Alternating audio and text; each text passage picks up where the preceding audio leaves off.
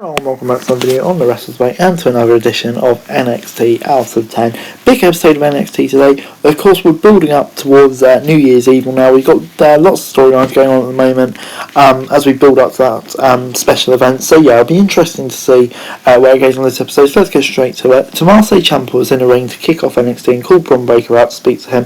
But when Breakker was going for a mic, Ciampa stopped him and said that everyone knew what he was going to say. Ciampa brought up how Bron may have earned a title shot, but he lacked the experience of former champs like Zayn, Nakamura, etc., who spent 2 decades before making it to the main roster. The titles match at New Year's Eve was confirmed before Ciampa slapped Breakker and Bron lifted the Ciampa over his head in response. Bron put Ciampa down before telling him that he was a shark in the water and he was coming for his NXT title.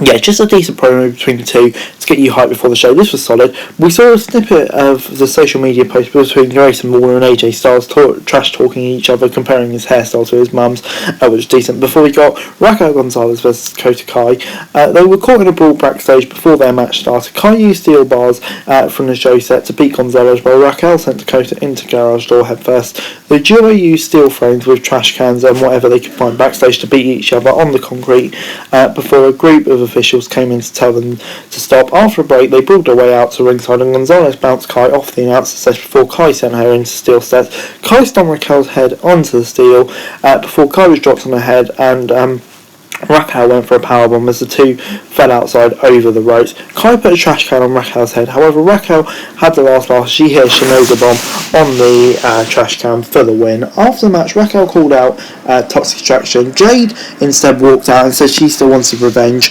Raquel said that she would do anything to get the women's title back, and Jade wanted the same. Mandy Rose showed up on Titantron and challenged them to a triple threat at New Year's Evil before the other two members of Toxic Attraction wiped them out and said Mandy said she was done talking.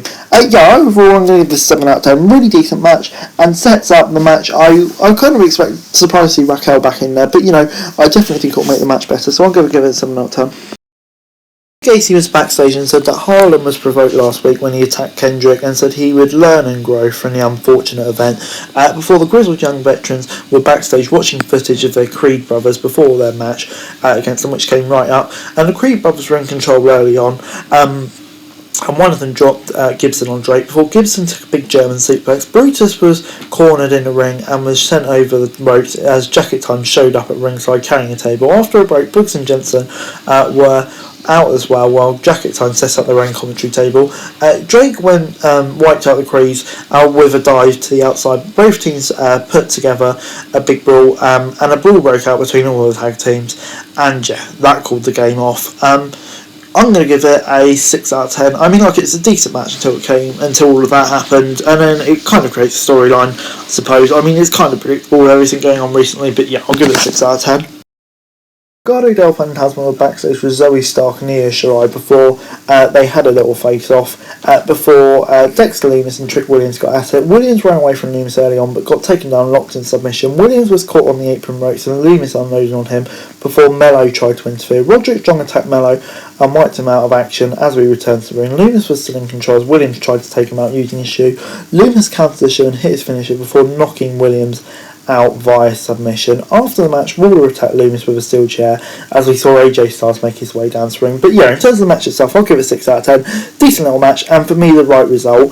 Before, Waller was still mouthing off in the ring when AJ made his entrance and came up to him, and Waller credits himself for bringing AJ to the show before Styles told him to shut up. AJ called Waller the biggest jackass before Waller said that AJ was here to find a new tag partner after Roman stumped him. Styles said that Waller looked cocky, but he would rather look good and lose than look bad and win. Waller said AJ was in his ring on NXT and taunted Styles before he tried to attack him. AJ was getting ready for a fight before Waller left, saying he'll let Amos go to Styles first. Yeah, this was really good. Waller really getting put over from Styles, and I hope it leads to a match and this wasn't just a one-off, because yeah, it definitely left me wanting to see more of these two together. Before Diamond Mine told Carmelo Hayes to prepare for a title match with Strong and 2 weeks' time, before MSK was being led into a tag team unlikenment run by Riddle after they got matching RK Bro merch from the original Bro, and before they rode their scooters around. Riddle also mentioned that he would show up next week before they were hit by a car, but all of it turned out to be a dream. However, MSK woke up, they still had an RK Bro merch on, and somehow before Riddle got off, he met them. Before we got Von Wagner versus AJ Sanofi. Sanofi was being tossed around early on before he would nearly got a roll up off a distraction from Stone, who showed up at ringside. Wagner hit a clothesline, but Sanofi went for a sudden roll up and picked up the win. After the match, Wagner brought Idris back into the ring and hit a massive suplex in the ring before hitting a clothesline on him.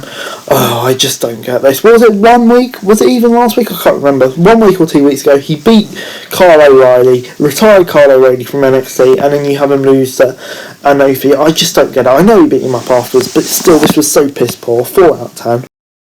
Next up was Electro Lopez versus Shirai. Shirai was lifted into the snap suplex right away before she took Lopez into the corner and got some big kicks. Lopez got a spine buster for a near fall as the match continued before Shirai was dropped on the top rope while she was trying to climb for a dive. Zhai Quinn came out to ringside and wiped out Legado del Fantasma before walking up to the apron and grabbed a piece of mistletoe. Lopez took her eye off the match and focused on Quinn, but Escobar dragged him down the apron. Zion wiped Escobar out, but Shirai used the distraction to take Lopez out and hit the moonsault to get the win. I'm going to give it 6 out of 10. Yeah, I don't know if I like the intertwining. It was a decent match though, so I'll give it 6 out of 10. Before backstage, Carmelo Hayes said that the winner of the match was strong at New Year's Eve will walk away with both titles, before Brian Kendrick said he would meet Harland and Gacy in the ring next week for an apology. One more match, it's happening.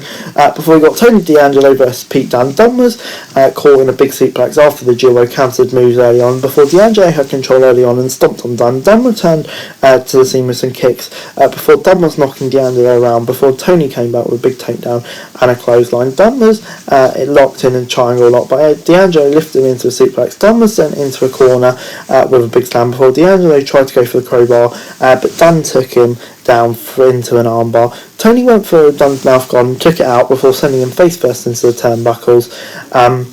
However, Dunne went for the finger break finisher and hit the bitter end to pick up the win. Tony was about to attack Dunne after the match, but Pete was too quick and dodged it. D'Angelo still managed to take him down and send him outside before smashing Dunne's hand with a crowbar on the announcer's desk.